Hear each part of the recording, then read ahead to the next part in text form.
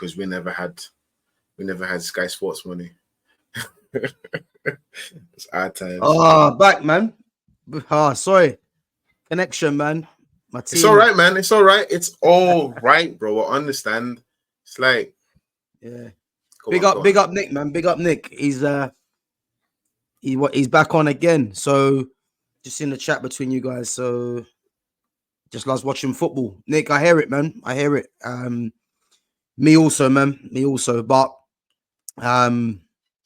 this team I'm watching now, Man United. I'm in pain, man, watching this team. What a joke.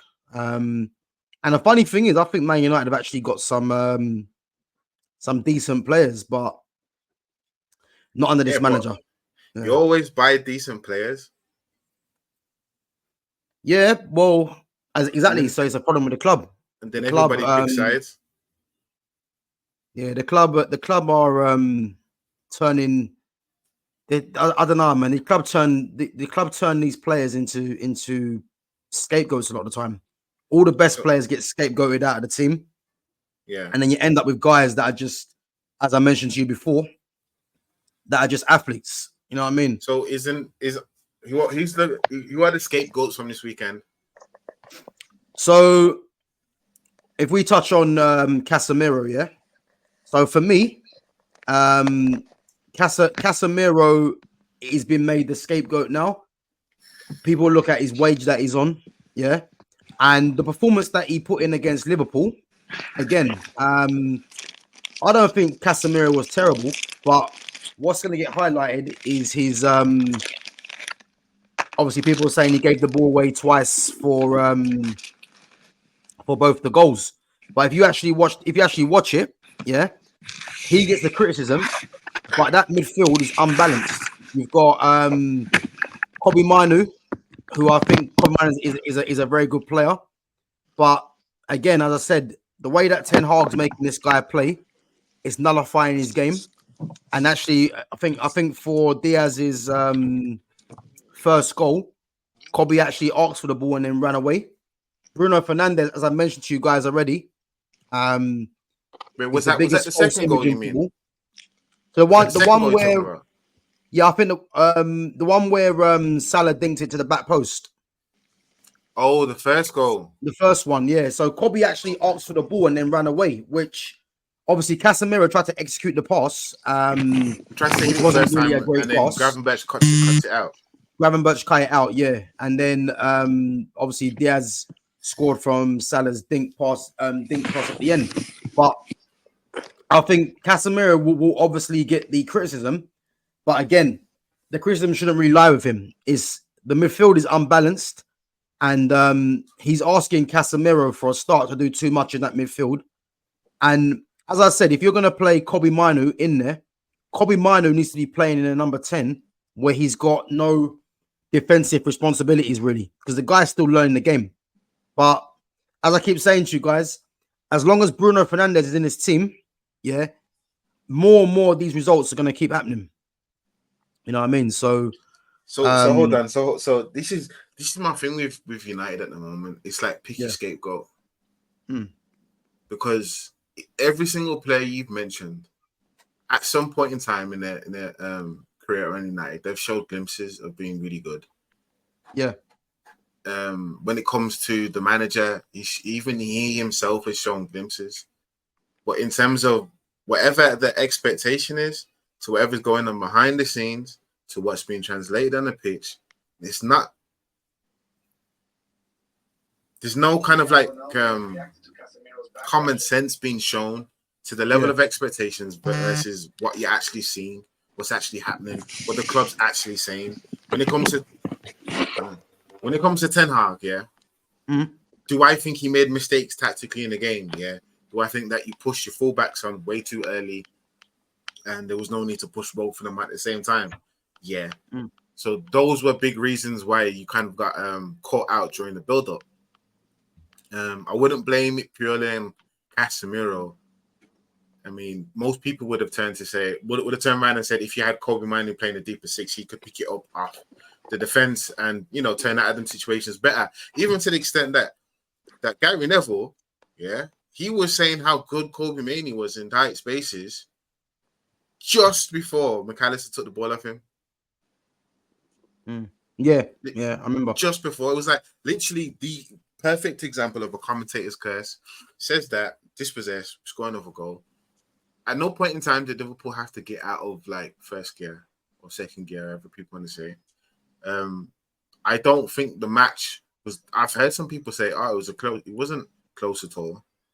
I think that for me, Bruno was. He had a Bruno Fernandes match. Like he made the wrong decision, a very bad decision for one attack that you guys was on. Just made the wrong pass and he got cut out.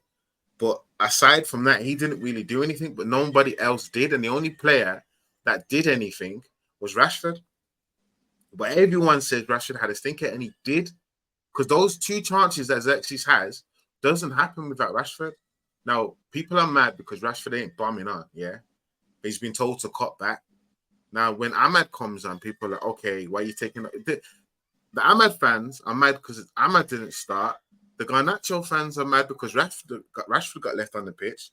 Xerxes didn't win any of his duels. So everyone's saying, oh, but, he's just started, give the man a chance. Casemiro, he's done that here, he's old. Kobe Mainoo is, he's young. When Kobe Mainoo was supposed to be, like, beyond his years, so he should have been playing better. Onana, but he's amazing with his feet, but he's kicking the whole game was crap. And for that last Salah goal, yeah, do you know how he does that shit on penalties? Yeah, he left the whole side of the. He over anticipated it, innit? Yeah. Yeah, because I think he kind of thought, okay, Salah's going to want to curl it into the corner. That's what if I'm going to give him the benefit of the doubt, that's what he was trying to do. Trying to like guess, basically, so he can get his positioning correct. But he just goes too far over, and he doesn't need to go that far over. And he doesn't need to stay glued to his line. Onana plays football like he's always playing. He goes against a penalty taker. Like a penalty's always being taken, so he can't move his foot from the line. He has to keep a foot on the line at all times. That's how he plays as a goalkeeper, which makes it a lot easier for other teams. The first goal he couldn't do much about. The second goal, I don't think he could do much about either. It was just a really good finish. The third goal he could have done something about. Now, your Do you know where his starting position was? Because I'm watching the highlights now. He started the third goal. He literally started at the edge of his box. Yeah. I've got the again. Was calling though. The reason he does that though is because he's a sweeper keeper, innit? So he's probably got that. He's obviously got that mindset in all the time. Yeah, so, but then you can start at the edge of your box, but he's always going to run back to his line to make the save from his line. Whereas if you look at Schmeichel or Alisson or someone else, they'll come out, make themselves big, certain things like that. They're not glued to their line basically. So it's not always the best place to position yourself on the line. Only sometimes. Do you know what I mean? So I think Onana's positioning is always been suspect. I think even before he came to United. But like I was gonna go on to the next one, Lisandro Martinez. He's not the same player he used to be before his injury. Bro, what did I tell you last week? Yeah, you know the biggest problem with Lisandro Martinez. Yeah, well, it's not been the biggest problem. The issue with Martinez is that these fans, these fans are a joke. Really, let's be honest. Yeah, these fans only like Lisandro because he goes around booting people. He's a passion merchant. This is what people... it? No, but hold on. But what's he butchering? People were talking about Lisandro Martinez like he was one of the better players in the league. Yeah. Listen, on the ball, yeah, I think he's very good on the ball. Like, I do think people go a bit overboard with the praise about him being on the ball. I think Lisandro is a good player, but the reason these fans think he's a lot better than what he is because he goes around booting people. And again, there's no surprise why a lot of the players that are rated at this club by a lot of these fans, they're all very similar. They either run hard or they're booting players. These fans don't rate footballers. I think unfortunately. what I've heard people say about De Ligt in that game as well. De Ligt was good. I think it's a bit of that, because if you watch some of the match, it's like some of his positioning, his closing down on certain occasions, I can see he looked raw. I can see he needs time to acclimatize or customize himself to the pace of the league. Yeah, and I haven't heard anyone say that, but for me, it was kind of obvious while watching him. It wasn't bad, but like you could see that he needs to get used to the Premier League.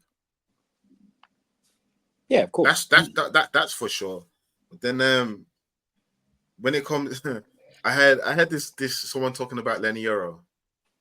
I know it's kind of off topic, but you'll get why I'm saying it. So someone told me that tried to say from the PSG side that the reason why they didn't want to push ahead or pay extra because they were uncertain about his knee, his leg, whatever. They said he had a weak leg.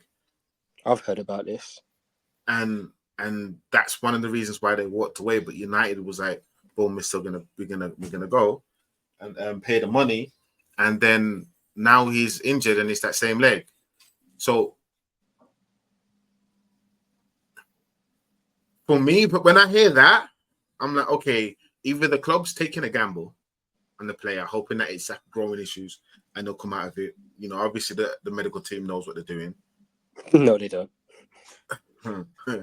Yeah, but the thing is that the Lenny Euro signing, as I said to you, like it's a smart investment, because if he does well, Man United and he wants to go, United are going to recruit the money back. I get what you mean. Like he looks like a really good talent, yeah.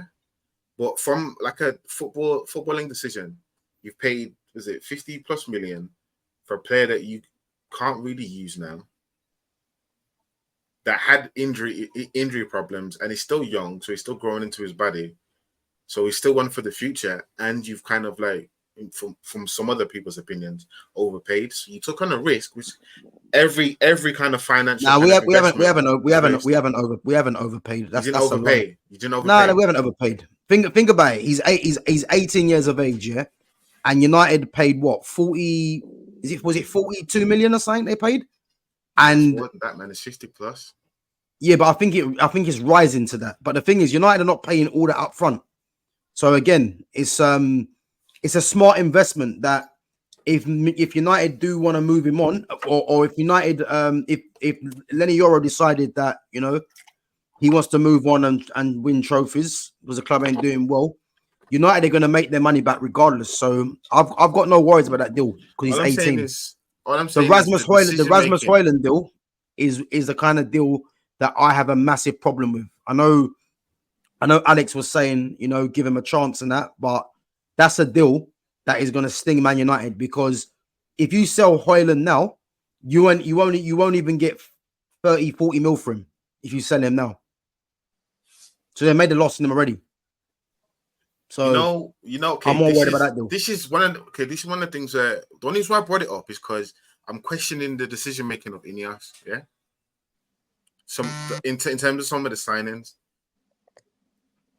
and I think a lot of them, even though I think some of them are good players, and you've had quite a good window, I think the lack of questioning of some of the decisions, especially when you've decided the biggest decision of all was to keep Ten Hag over the summer. Like, and that for me, the fact that half of your fans weren't questioning that decision was concerning, because if I'm looking at, okay, it's a new regime, they might not even think that the guy that they want is available at the moment. But then why make certain decisions? Why spend money in certain places when you're not sure? What's the I'll give you an example. If Ineos believe that, okay, we can implement the system and Ten Hag's a great coach to implement that system, why keep him around? If Van Nistelrooy can do the same thing, it would have been better to have Van Nistelrooy at the helm. Yeah, but again, if you look at the signings United have made, yeah, Joshua Zirkzee is a club signing. Manuel Ugarte, from the noise that I've been hearing, is a club signing. Matthijs de Ligt, again, someone that Ineos have looked at before. Lenny Euro for sure is a okay. Wait. Lenny Euro for sure is a club signing. So this summer, Mazraoui, I think Mazraoui was more of a player that became available. And again, I'm very happy with Mazraoui because Mazraoui has displayed a lot of quality since he's come through. I look at all the players that have come through our club signings, so I'm not worried about that front. And I don't believe that this Ten Hag guy, I don't believe he's going to be there long enough to see how these guys are going to develop. How many players have started for you in that